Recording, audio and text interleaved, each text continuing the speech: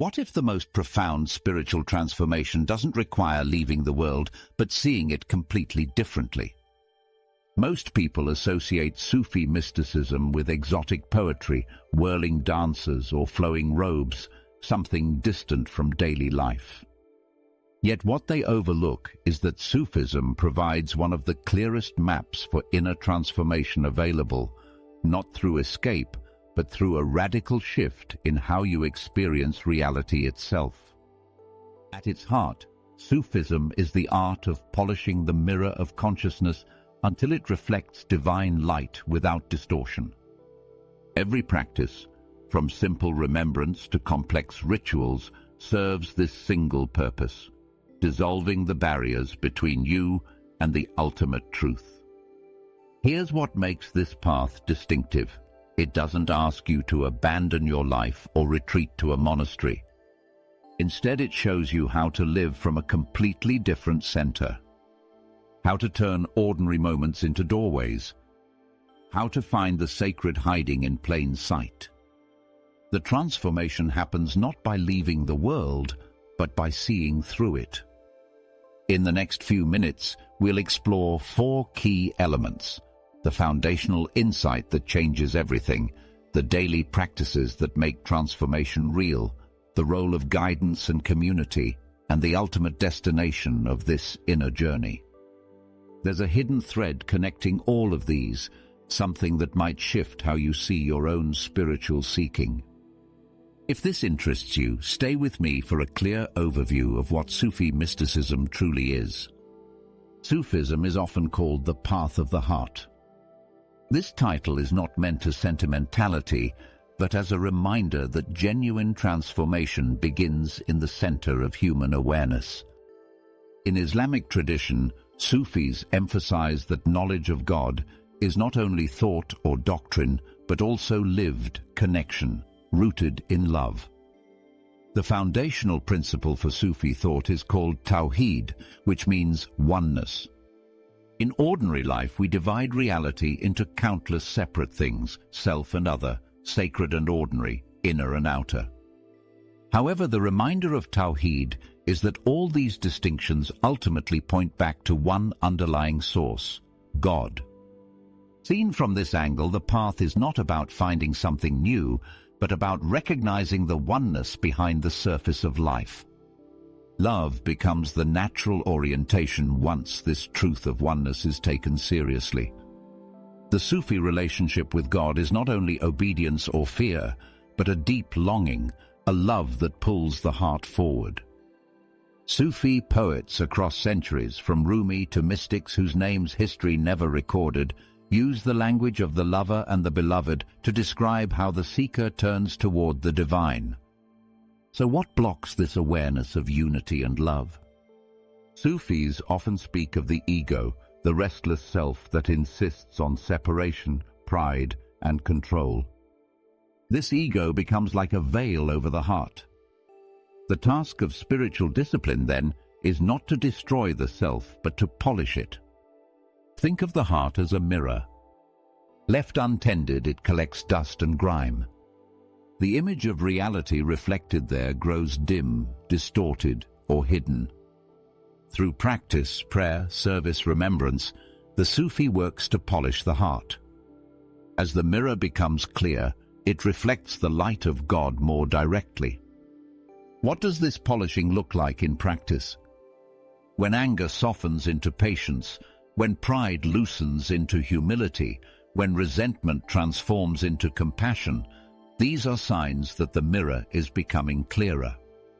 This is not abstract symbolism, but a way of describing actual shifts in consciousness. The dust falls away and the reflection sharpens. A frequent misunderstanding is that Sufism somehow stands apart from Islam, as though it were a separate religion. In truth, Sufis have always understood themselves as living deeply within the Islamic tradition. Their practices grow from the Quran, from prayer, and from the pattern of the Prophet's life. Far from being a break, Sufism insists on depth, taking the forms of Islam and focusing on their inner meaning.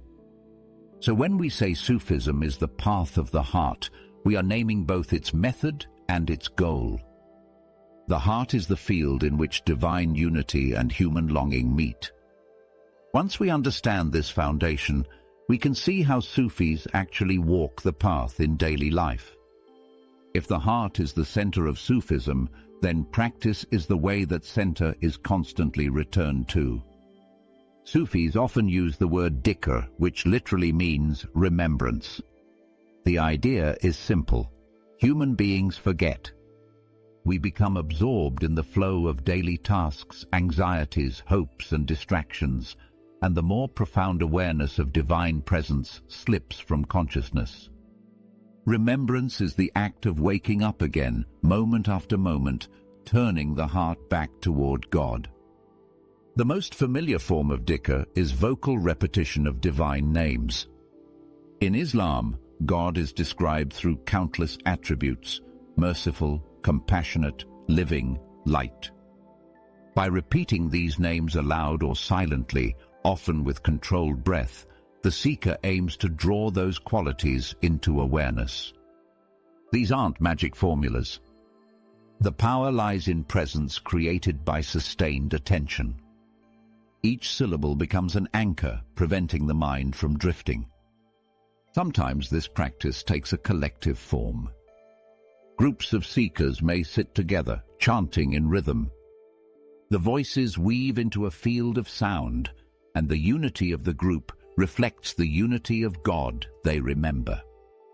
Other times, dhikr is personal, whispered alone in the night, a quiet dialogue between heart and Creator.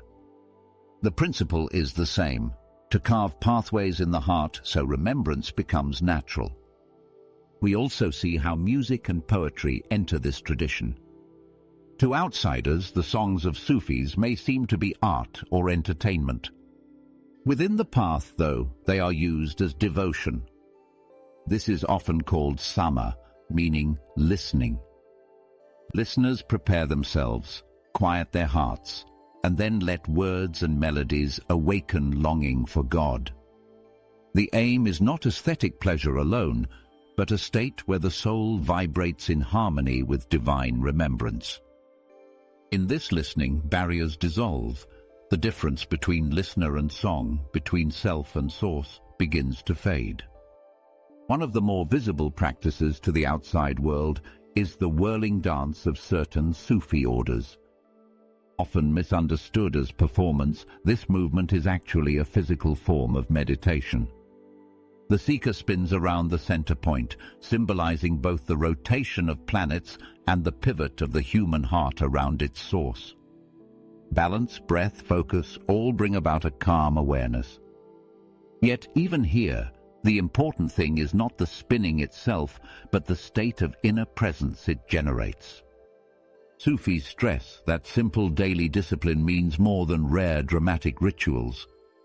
It is easy to imagine mystical experience as grand or complex, but much of the path lies in steady return. Repeating the names, remembering before each action, pausing during work to recall the source. These small acts polish the heart more than lofty visions.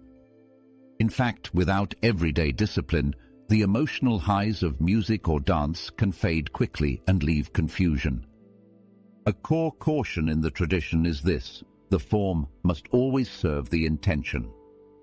Chanting, listening, or moving can become empty if done mechanically, just as prayer in any religion can reduce to performance. What matters is not the outer sound of the tongue, but the inner movement of the heart. Remembrance is effective only when it bridges surface life and divine reality. Through these practices, presence slowly deepens. The ego quiets a little. Awareness sharpens. Life begins to carry a different tone, as though ordinary tasks glow with an undercurrent of meaning. Yet this journey is rarely made alone. No one walks this path entirely alone. If remembrance is the living heartbeat of Sufism, then guidance is the compass that keeps the seeker pointed in the right direction. While personal longing and discipline matter, Sufi traditions emphasize the necessity of a teacher, called a murshid, or guide. The guide does not stand as an idol to be worshipped, but as a mirror reflecting the seeker's blind spots. Every traveler carries patterns of self-deception, subtle pride, or confusion. A trustworthy guide recognizes these tendencies and corrects them with compassion and firmness. Think of it as learning calligraphy. You may study the forms in books, admire beautiful scripts, and feel inspired to practice. But without a master who can demonstrate the precise angle of the pen, warn when your wrist tenses, and adjust your posture, progress comes slowly, if at all. The guide in Sufism functions similarly, but not only in outward practice, they help polish the attitude of the heart. Their authority arises not from power, but from deeper embodiment of the path itself. A true murshid has walked the stations of the journey and can recognize where a student stands, what pitfalls lie ahead, and what specific medicine that soul requires. Connected to the presence of a guide is the structure of the tariqah, or Sufi order. Each order is like a school of training, linking seekers across generations. It provides rhythm, discipline, and shared memory. Within a tariqah, practices of dhikr, study, and service are organized in a framework that allows seekers to grow steadily rather than chaotically. This is why many Sufis describe orders as pathways rather than loose gatherings. Equally essential is fellowship among seekers, often called sohbet, or spiritual companionship. On the journey inward, discouragement and confusion appear. Fellowship provides encouragement, accountability, and simple human warmth. When seekers gather, share meals, recite together, or speak honestly of their struggles, they confirm for one another that the path is real. This ongoing companionship can help prevent spiritual pride or despair, which easily arise without community. Guidance is not always delivered as formal instruction. Often Sufis tell stories and parables. A teacher might share an anecdote of past masters, or a simple image that slips past intellectual defenses to shape perception. In these stories, wisdom lodges in the heart, sometimes surfacing years later when its meaning is suddenly clear. This oral transmission from teacher to student and among companions forms a living chain more powerful than abstract theory. Consider a traveler crossing a vast desert. Alone, the risk of losing direction, exhausting supplies, or mistaking a mirage for water is immense. But a traveler with a map, a reliable guide, and companions finds courage to continue. The desert is the ego's illusions, the map is tradition, the guide is the murshid, and the companions are fellow seekers. Together they make the difficult terrain navigable. Still, Sufis caution: the presence of a teacher or community does not remove personal responsibility. Blind dependence can lead to error if one mistakes loyalty for surrender of conscience. Healthy guidance always points back toward God, not toward the teacher's ego. A murshid worth following will constantly redirect the student's gaze away from themselves and toward the divine. Similarly, fellowship keeps the spirit buoyant, but if reduced to social comfort alone, it loses its grounding. Structure without intention can become rigidity. So guidance and companionship are safeguards against missteps, yet they require sincerity to bear fruit. With a compass, a supportive circle, and a living connection to teachers past and present, the seeker can continue to refine remembrance with clarity. And once these supports are in place, the question naturally arises: where is all this leading? What ultimate destination do Sufis seek? So far we've traced the heart, the practice, and the guidance that shape the Sufi path. But what is the destination of such a journey? What does it mean at the deepest level to follow the way of Sufism? The classical expressions answer with two profound terms: fana and baka. Fana means passing away.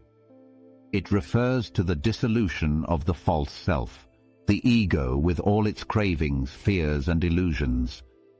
Through remembrance, guidance and steady practice, the grip of the ego loosens.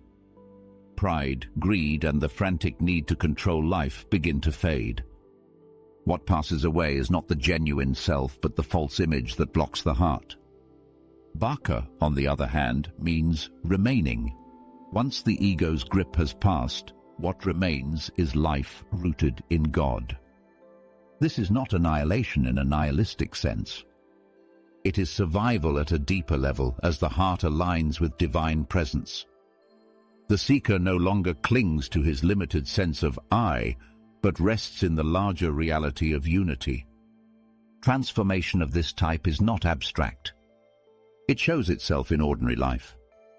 Freed from fear, the seeker can love without calculation. Freed from greed, service becomes natural. Freed from illusion, compassion rises where judgment once stood. Consider what this looks like in a single day. A merchant in the marketplace no longer sees transactions as battles to win, but as opportunities to practice fairness and generosity. A mother caring for children no longer feels burdened by endless demands, but recognizes each moment a service to the divine working through her hands. A student facing criticism no longer defends an image, but listens openly, freed from the need to protect a fragile sense of self. These aren't dramatic miracles. They are quiet revolutions in how life is experienced and lived. Sufis describe this not as escaping the world, but as living more fully in it. The inner state pours outward. Think of a candle. As the wax melts, the candle is consumed. In one sense, it passes away. But in another, its very passing becomes light filling the room. This image captures the shift from fana to baka. The ego melts, but what remains is illumination, warmth, vision, energy that serves everyone nearby. The states of awareness along the way are sometimes described as nearness to God. These aren't stages you tick off like milestones, but qualities of presence that deepen. A person once restless in distraction now tastes stillness. A heart once confined by resentment now breathes in compassion. The shift is subtle yet unmistakable. And importantly, the path does not end in private bliss. The transformation overflows into justice, kindness, and humility. For Sufis, the sign that someone has touched this state is not ecstatic language, but how they treat those around them. Does love become visible in action? Does service flow without self-display? If so, union is active. This is why Sufism insists on balance. The practices are interior, but the fruits are exterior. The destination is not flight to another world, but rebirth into this one with new eyes. The transformed seeker becomes a clear channel through which divine qualities flow into the world, not through grand gestures, but through the texture of daily encounters. So the goal, in short, is not to escape forms, but to embody essence. Through fana and baka, the heart sheds its veils and reflects the unity of God, living love more than speaking it. At its core, Sufism is about becoming transparent to the light that was always shining through. We have followed the arc, the heart grounded in unity and love, the daily practice of remembrance, the circle of teacher and companions, and finally, the destination of transformation and union.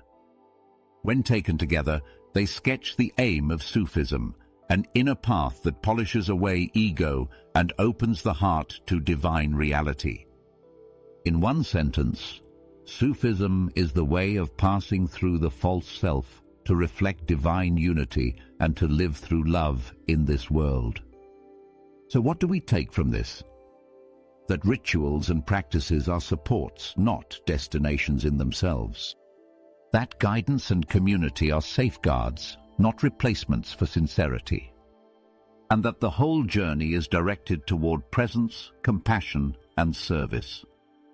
The hidden thread tying all of this together is love lived as remembrance. Wherever the ego fades, love becomes real. If this overview brought clarity, let curiosity continue.